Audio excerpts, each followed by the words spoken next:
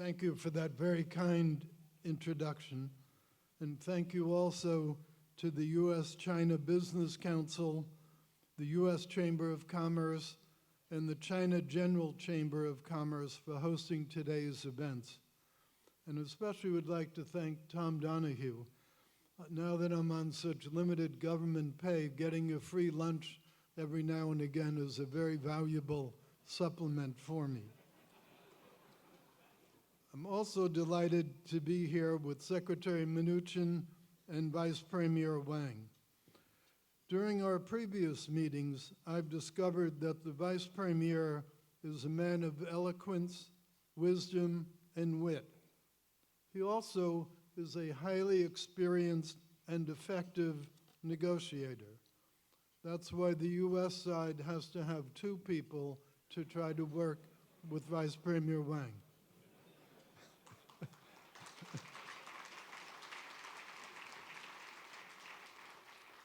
I'm glad that we can all work together to benefit both the United States and China. Our two countries now represent more than 1/3 of global GDP. The U.S.-China trade and investment relationship is clearly about the most important one in the entire world. And that relationship has brought benefits to both nations. Many of the firms in this audience have prospered because of the strong U.S.-China relationship built over a long period of years. But there remain serious imbalances which we must work to rectify. China's exports to the U.S., as we all know, far exceed the exports of the U.S. to China. And the U.S. market has far fewer restrictions on Chinese investment than China has on U.S. investment. These realities were logical when China's economy was smaller and when Chinese firms were much less competitive than they are today. But today, China is the second biggest economy in the world, its largest exporter, and accounts for nearly 50% of the U.S. trade deficit in goods. Chinese firms are globally competitive, and China is investing heavily in overseas markets, including the United States.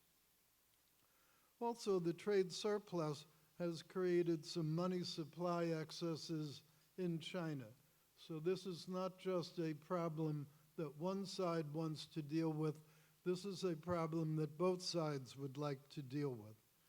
So therefore, it is time to rebalance our trade and investment relationship in a more fair, equitable, and reciprocal direction. Our presidents have struck up a strong friendship since their meeting at Mar-a-Lago. Through this new comprehensive economic dialogue, they have created a forum with the potential for resolving trade and economic issues. Trade discussions are normally denominated in years, not days, but together we have made some concrete progress in a very short time. After just 40 days, as Secretary Mnuchin mentioned, we agreed to several mutually beneficial changes, including the resumption of U.S. beef shipments to China after a 14-year ban. American beef has already proven to be very popular with Chinese consumers. China's beef market currently exceeds $2.5 billion per year and is rapidly growing, with current beef consumption per capita at only about $1.60.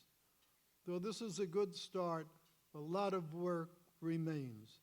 We now have begun to grapple with larger and more sensitive issues, so the dialogue itself is becoming more challenging.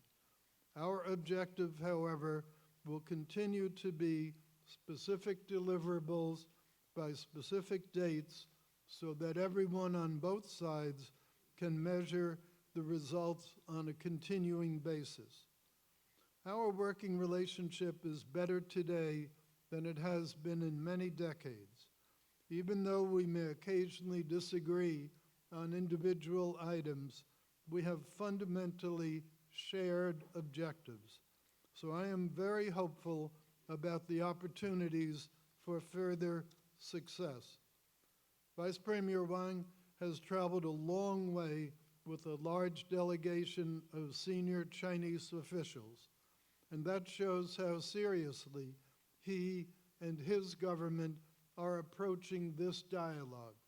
I can assure you that the U.S. team is equally serious.